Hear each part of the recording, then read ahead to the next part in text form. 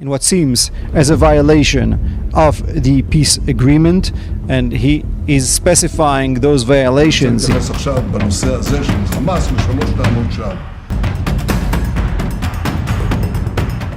በእስራኤልና ግብጽ መካከል ከባድ ውጥረት ተፈጥሯል። የውጥረቱ መንስኤ ግብጽ በእስራኤል ድንበር አቅጣጫ በሲናይ በረሃ ከፍተኛ ቁጥር ያለው ጦር እያከማቸች ነው።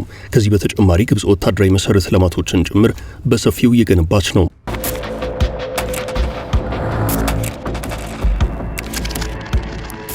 ይህን አስመልክተው ነገሮች ወዳልተፈለገ ሂደት ከማምራታቸው በፊት እንቅስቃሴው ይታሰብበት በሚል የእስራኤሉ ጠቅላይ ሚኒስትር ቤንያሚን ኔታንያሁ ለፕሬዚደንት ዶናልድ ትራምፕ ያስታወቁ መሆኑን የሳዑዲው አሽራቅ አልአውሳት ጋዜጣ አስነብቧል። የእስራኤል መንግስት መልእክት የደረሳቸው ፕሬዚደንት ዶናልድ ትራምፕ የግብፁን ፕሬዚደንት አብዱልፋታህ አልሲሲን በስልክ ደውለው እንዳናገሩ የግብፁ አህራም ኦንላይን ዘግቧል። ግብጽ ሁለቱ ሀገራት በሚዋሰኑበት የሲናይ በረሃ ላይ የተለየ ወታደራዊ እንቅስቃሴ እንዳታደርግ፣ በአካባቢው ከተቀመጠላት የጦር ኮታ በላይ እንዳታስገባ፣ ወታደራዊ መሰረተ ልማቶችን በዚህ አካባቢ እንዳትገነባ እግድ አለባት። In what seems as a violation of the peace agreement, and he is specifying those violations. በግብጽ ላይ እንዲህ አይነት ውግድ የተጣለው ግብጽ የዛሬ 46 ዓመት በፈረመችው ስምምነት ነው። ይህ ስምምነት የካምፕ ዴቪድ ስምምነት በመባል ይታወቃል። ዮርዳኖስ፣ ሶሪያና ግብጽ ተባብረው እስራኤል ጥቃት ለመሰንዘር እየተዘጋጁ በነበረበት ወቅት እስራኤል ቀድማ በማጥቃቷ የተካሄደ ጦርነት የተቋጨበት ስምምነት ነው። ይህ ጦርነት በታሪክ የ6 ቀናቱ ጦርነት በመባል ይታወቃል። አሁን እስራኤል ደጋግማ ስምምነቱ ተጥሷል የምትለውና ኋላ እኔ የለሁበትም እያለች የምታስጠነቅቀው ይህን ስምምነት በተለየ ሁናቴ የሲናይ በረሃን የሚመለከተው የካምፕ ዴቪዱ ስምምነትን በማጣቀስ ነው።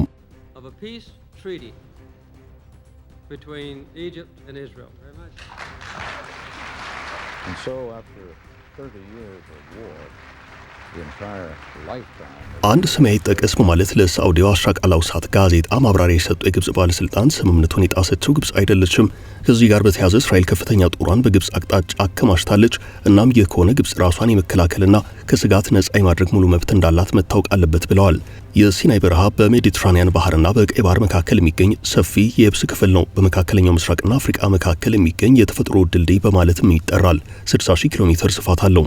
ከግማሽ ሚሊዮን ጥቂት አለፍ ያለ ህዝብ እንደሚኖርበት ይነገራል። ይህ ግዛት ከክርስቶስ ልደት ጀምሮ የግብጽ ግዛት ሆኖ እንደቆየ መረጃዎች ያመላክታሉ። ያም ሆኖ እስራኤል የ6 ቀናቱ ጦርነት በሚባለው የአረብ እስራኤል ጦርነት ይህንን ሰፊ ግዛት በኃይል የተቆጣጠረችበት ሁናቴ ነበረም። ግብጽ በፈረንጆቹ በ1956 በእስራኤል እንግሊዝና ፈረንሳይ ከባድ ወታደራዊ ምት ደርሶባታል። ምክንያቱ ደግሞ በቅኝ ገዢዎች ፈረንሳይና እንግሊዝ የተሰራውን የስዊዝ ቦይ የመርከቦች መተላለፊያ ከዓለም አቀፍ መጠቀሚያነት ወደ ግል ንብረትነት በማዞሯ ነበርም። ከዚህ ባለፈም የእስራኤል መርከብ ማለፍ የለበትም ማለፍ አለበት የሚለው ውዝግብም ቀጥሎ ነበርም። በዚህ ወቅት እስራኤል፣ ፈረንሳይና እንግሊዝ በአንድ ግንባር ተሰለፉ። ግብጽን ሊያጠቃ የሚችል አካሄድ ፈጠሩ።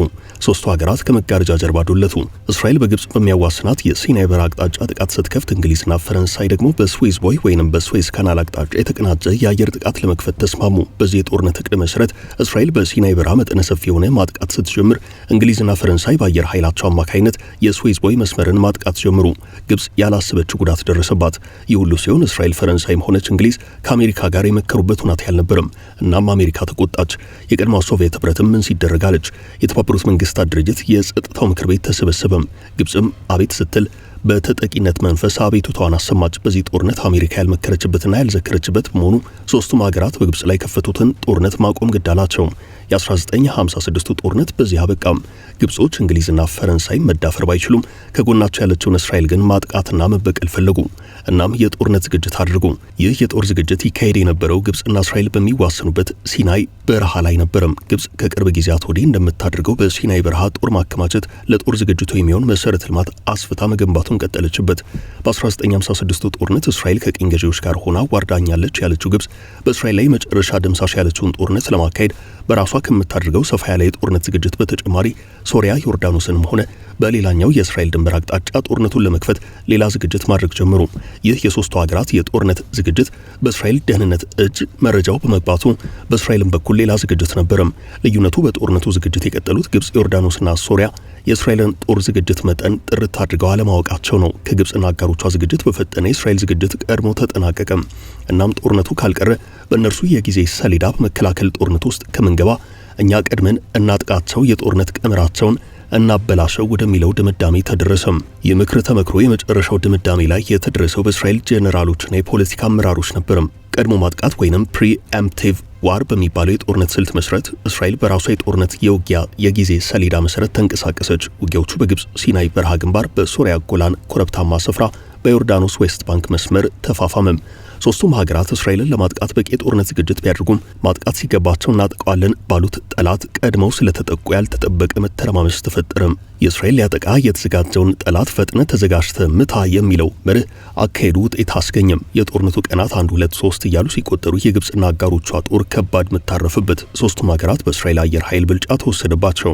ለዓመታት ሲናይ በረሃ ገብተው የተከማቹት የግብጽ ታንኮች በአሸዋማው ገላጣ ቦታ በእስራኤል አየር ኃይል ጋዩ።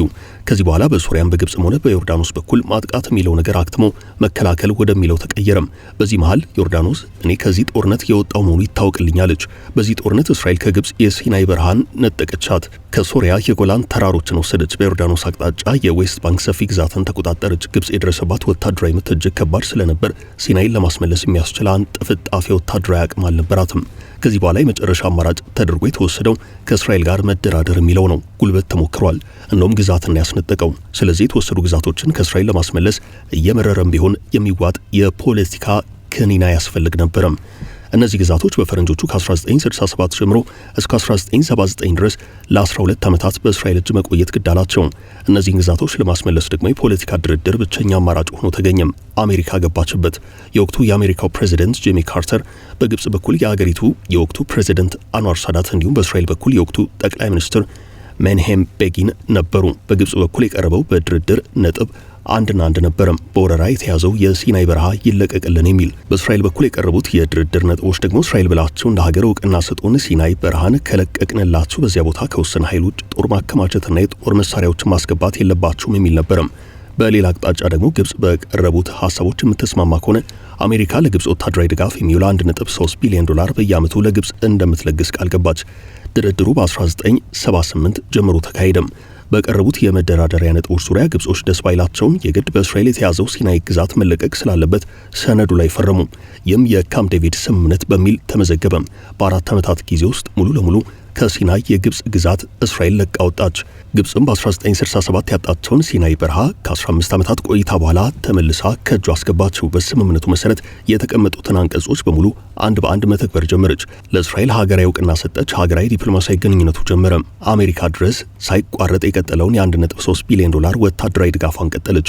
ነገሮች በዚህ መልኩ ለዓመታት ከቀጠሉ በኋላ ግብጽ ከቅርብ ጊዜያት ወዲህ በርካታ የጦር ኃይሏን ወደ ሲናይ በረሃ ማስገባቷ መነጋገሪያ ሆኗል። ለጄት ማኮብኮቢያ የሚሆን መሰረተ ልማት ሳይቀር አስፍታ መገንባቱን ተያዘችው። በዚህ ወቅት በእስራኤል በኩል አንድ ድምጽ መሰማት ጀመረም። በ1979 የተፈራረምነው የካምፕ ዴቪድ ስምምነት እየተጣሰ ነው የሚል ነው። ሲናይ በረሃ ላይ ጦር እየተከማቸ ነው፣ ወታደራዊ መሰረተ ልማቶች እየተገነቡ ነው የሚል ወቀሳ ነው የቀረበው። በዚህ ጉዳይ እስራኤል እየደጋገመች ድምጿን ብታሰማም ግብጽ ምንም አይነት ምላሽ አልሰጠችም። ፍላጎቱም ያላት አይመስልም። ጉዳዩን በቅርበት መከታተል አለብኝ ያለችው እስራኤል የአካባቢውን ወታደራዊ እንቅስቃሴ በተመለከተ የሳተላይት መረጃዎችን እየወሰደች ነው። እስከዛሬ ድረስ የግብጽ ዓላማና ፍላጎት ምን እንደሆነ በግልጽ አልታወቀም። በእስራኤል በኩል ከዛሬ 40 ዓመታት በፊት የተፈረመው የካምፕ ዴቪዱ ስምምነት በግልጽ እየተጣሰ ነው ይታወቅልኝ የሚል አቤቱታ ቀርቧል። የዚሁ ስምምነት መጣስ ሁለቱን ሀገራት ወደ ጦርነት ይመልሳቸው የሆነው የሚለው ከፍ ብሎ እየተሰማ ያለ ስጋት ነው። በዚህ መሃል ደግሞ ፕሬዚደንት ዶናልድ ትራምፕ ከነጩ ቤተ መንግስት ወደ ካይሮ ደውለው ከፕሬዚደንት አብዱልፋታህ አልሲሲ ጋር መነጋገራቸውን አህራም ኦንላይን ዘግቧል።